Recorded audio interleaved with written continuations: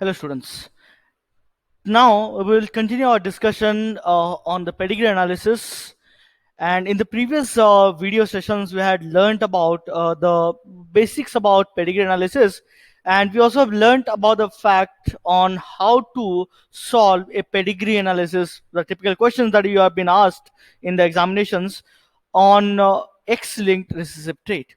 Now, today we are having this particular pedigree, a different one, of course, than what we had done in the last time. And we will see, first, we'll find out whether it is going to be autosomal or X-linked, dominant or recessive. Now, we all have learned the basics that we have to identify two things. First, we have to identify whether they are dominant or recessive. So, to do that, we have learned that we have to check how many individuals are affected in each generation. So let me write down that we are having generation 1, generation 2, and generation 3. So if I see here in generation 1, we are having only one individual who are affected, that is number 2 is affected. And in the second generation, we are having number 4 and number 7, which are affected. That is 2 individuals in total. And in generation 3, we are having number 10, 12, and 14. That is going to be 3 individuals which we are having affected. Now, based on this, we can conclude clearly that they're not skipping any generation.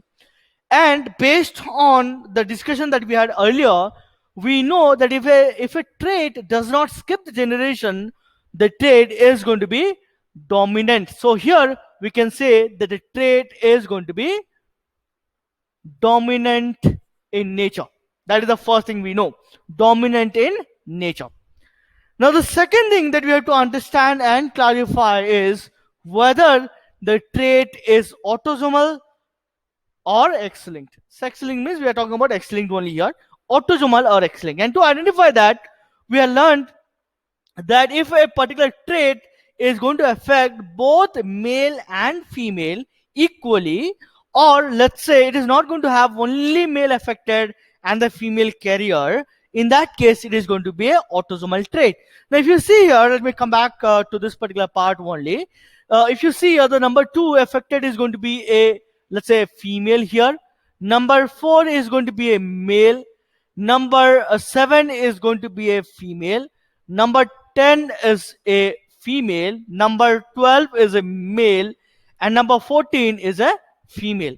So what we see here is a very simple, if I just talk about the third generation or the final one generation given here, is that male is affected as well as the females are also affected. Similarly, in generation 2 also we have both male as well as female affected, as you can see here. So from this we can conclude that it is not the males are only affected or the female are remaining as carrier, but rather both male and female. So here the trait is going to be autosomal. Okay, so in general the inheritance pattern for this pedigree we are having is going to be autosomal dominant and not X-linked. The reason for that is it is autosomal as both male and females are equally affected, and the second thing is dominant because they are present in every generation and they are not skipping any generation. Now, once you're done with that, now, of course, the second thing we have to do is we have to identify the genotype. So, for that, again, what we will do, we'll identify the genotype of the complete, the pedigree that we are having up here. So, to do that, let us first write down all the possible, okay, first, we have to go for the allele. So, here, when we are going to have a autosomal dominant condition, right? If you remember in the X-linked, what we had, XX and XY depending on male and female, but in autosomal dominant condition we have to go for the 2 alleles. So let me write down that. Okay, let me change the color. So here the alleles, what are the alleles? We are going to have capital A and small a. That's all, nothing else. We don't know the disease, we don't have to put any superscript or subscript here, just capital A and small a. So based on that, what are the possible combinations? Because here you don't have to worry about male and female, because male and female are equally affected. So here, and it is an autosome, so we don't have to worry about X or Y. So here capital A capital A, we have capital A, small a heterozygous, and small a, which is going to be homozygous recessive. So three conditions: capital A, homozygous dominant, capital A, small a heterozygous, and small a, homozygous recessive. Now in this, we have found out that this particular trait is going to be autosomal dominant. So the meaning of that is, whichever autosome, we know that chromosome number 1, let's say we all know that chromosome number 1 to chromosome number 22, they are all the autosomes, right? So when we are going to have a mutation or gene defect in any one of this condition, that will come under autosomal trait or autosomal basically disease disorder here.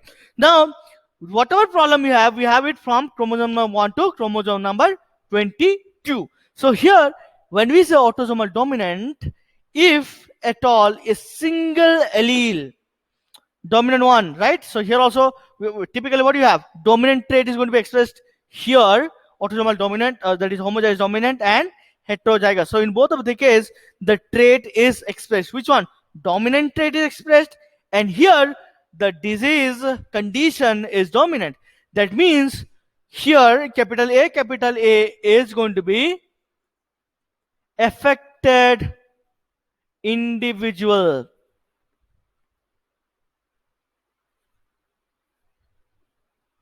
Okay, and here also it is going to be affected individual.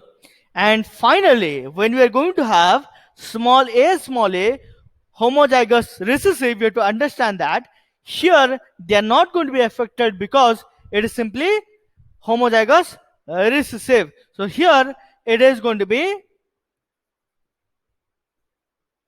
normal male or female. So for affected, it has to have either homozygous dominant condition or it has to have the homozygous recessive condition. If it is homozygous dominant or heterozygous, they are going to be affected individual. So now if I come back here, so let's see, let's write down all the affected individuals that we know. Affected means it is going to be capital A or capital A small a. So here a little bit understanding you have to put. So first thing is number 1, which is a male. So here this male is going to be a normal male. Let us assume that you have to assume that it is a normal male, because can you tell me why? Because if it is sorry, it is affected sorry, only when it is affected we have to worry about whether it is going to be capital A or capital A small a. So all those who are not affected, blindly we have to go for the homozygous recessive genotype. So that is small a. So let us put it, all of these are normal individuals. So small a. Now what we have left is all the affected individuals. So now based on the fact it can be either capital A or capital A small a, we have to identify whether which is possible. So now here in this case it can be capital A or capital A small a. Now let us imagine that it is going to be capital A.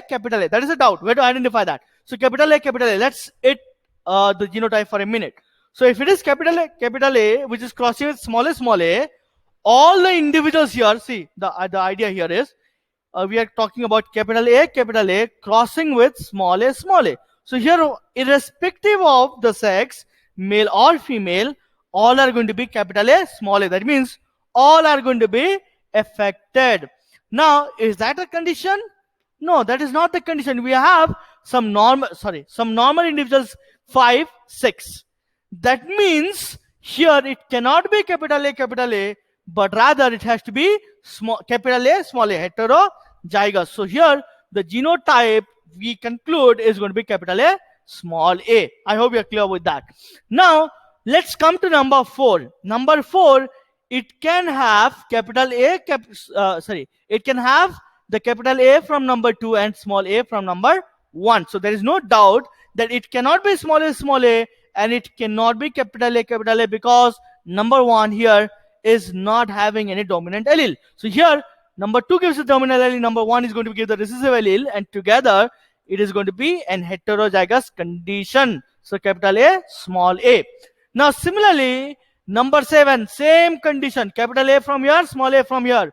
So capital A, small a. Now coming back to number 10. Number 10 is affected. Now here also the same condition, capital A, small a. And here also we are going to have the same condition of capital A, small a. And also you are going to have the same condition of capital A, small a. So as you can see, whenever you are going to have this particular condition of capital A, small a, that is going to be heterozygous, we are having these affected individuals, right? And whenever you're going to have a normal individual, you have to go for the homozygous recessive condition, that is small a, small a. Now that is how you solve a autosomal dominant pedigree along with the genotype of every individual in the pedigree. Very simple. You need to know this simple fact and the trick that we have been discussing about, my dear students. So that's all for the pedigree analysis of the autosomal dominant. Now what we'll do, we'll solve another one of autosomal recessive, and with that you will be very clear about the concept. So let me just okay, I think what we have now is a slightly modified pedigree than what we have earlier. So now what we'll do is we'll try to solve this pedigree. So it is just based on what you have been solving. So I've just slightly modified it so that it is going to become another type of pedigree. So now again, first you identify whether they're dominant or recessive. So you can understand that they are skipping generation. So generation 1 we have no individual who are affected. So generation 2 we are having number 4 and number 7, just like the previous one, who are affected, and generation 3 there are no individuals who are affected. So in other words, what we can say is this particular trait is going to be a recessive one because they are skipping the generation. So there is nothing, or there is no individual affected in generation 1 and generation 3. So they skip the generation, so it becomes recessive.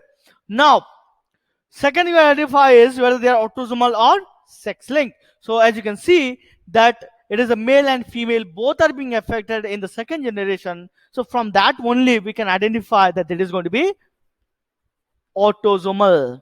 So it is going to be autosomal recessive trait. So this pedigree, the previous one we solved was autosomal dominant, and now we are back with autosomal recessive pedigree. So here the same thing, we need to know first the alleles. So alleles here will remain the same, and that because it is autosomal, it is going to be capital A and small a. Now once we know that, we need to know different genotype. What are the possible genotype? So the possible genotypes, let us write down genotypes. What are these?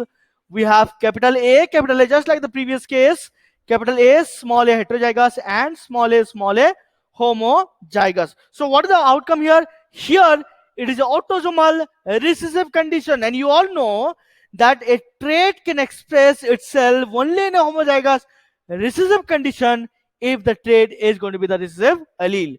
In that way, with that fact, we have to understand that it is only when that we are going to have this homozygous recessive allele of small a that we are going to have an affected individual.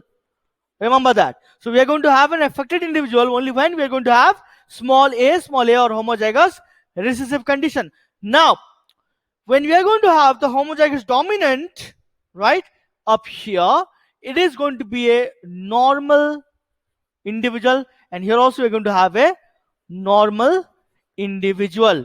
So if only there is a homozygous recessive, you are going to get a affected condition. So back to the pedigree, easy way to solve it is, let us write down the two affected individual, which is going to be small a and small a. Now they are the affected ones. Now what about the remaining all are normal. What is the allele here? So the allele could be, for example, here it can be capital A, or it could be capital A, small a. Similarly here also it can be capital A, or it can be small a. So we have to find out that what is going to happen. So not small a, it is going to be capital A and small a. So now if both are capital A and capital A, so that is 4 different combinations are coming. What are this? So capital A from individual 1 can combine with individuals 2, capital A. Now, from the individual one, we can have capital capital A, small a, combining with this one here, or maybe the first one here, capital A, or finally the third combination is capital A, small a, combined with capital A, small a. So these are the different kind of genotype, and that are the parents that can combine. Why am I doing this? To identify which one will fit best in our scenario.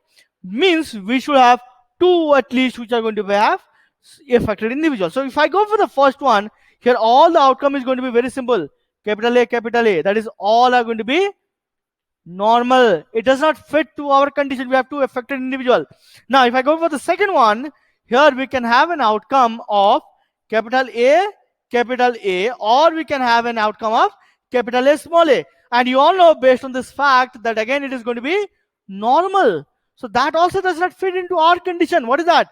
Two affected individuals. So right now what we have to do, we have to go for the third one. So capital A, small a, capital A, small a. Only in this condition that you are going to get capital A, and we'll get capital A, small a, and can we get the small a, which is we'll get both the normal individuals and this one is going to be affected. As your condition requires, what is our condition requires? We are having two affected individuals. That means until and unless we are getting this in number 1, we are not getting, and number 2 case we are not getting. But right, if they are going to be heterozygous for both the parents, we are going to get the affected individual. So we have to have the genotype here, capital A, small a, and capital A, small a. So now it is going to fit here. So remaining ones we cannot predict because we do not have sufficient data here. So here all of this can be a capital A. For example, here for this one, it can be capital A, or it can be capital A, small a. Now we all know that here what we are going to have is all are normal individuals. So if we are going to have capital A, small a, there are chances again that it can be a affected individual also, but we cannot 100% surely we cannot predict. Now similarly here also it can be capital A, or it can be capital A, small a, capital A, or it can be capital A, small a. Similarly here also it can be normal individual, capital A, or it can be capital A, small a. But for this 100% you can predict that it is going to be heterozygous, and for this two individual we can 100% predict that it is going to be homozygous recessive. And that is how, dear student, you solve a autosomal recessive pedigree. So that completes the pedigree analysis that we are trying to discuss in the last one video.